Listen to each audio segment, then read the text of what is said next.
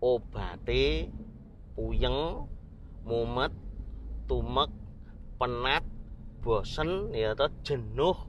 Cara cah saiki apa jenenge burn out ngono kuwi. Nek sampeyan kuwi kok gek kaya ngono kuwi saiki, obat iki rangel-angel, tur ya ora larang. Apa? Lelungan. Metu ka omah, jalan-jalan. Nek jalan-jalan kesel ya lari-lari, nek lari kesel ya numpak kendaraan. Intine lelungan. Nek basa Arabe jenenge safar. Safar iki duwe fungsi, salah siji fungsine menghilangkan kepenatan. Soale ndelok donya iki, oh jebul kok donya ki amba, atiku kok cupet.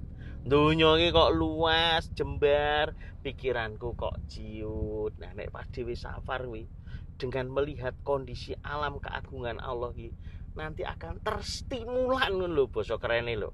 Terstimulan barke terus awak jiwa raga ki kepenatan akan menjadi berkurang. Mula wong sing sregep lelungan, wong sing sregep safar kuwi diarani wong sing akeh pengalamane, jembar wawasane.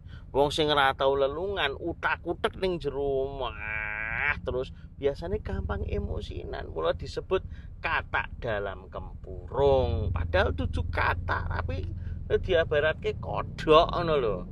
Yo, sampean, yo lelungan. Lelungan ora kudu ning kota, ora kudu ning gunung. Penting metu ka omah. Adoh, tambah apik.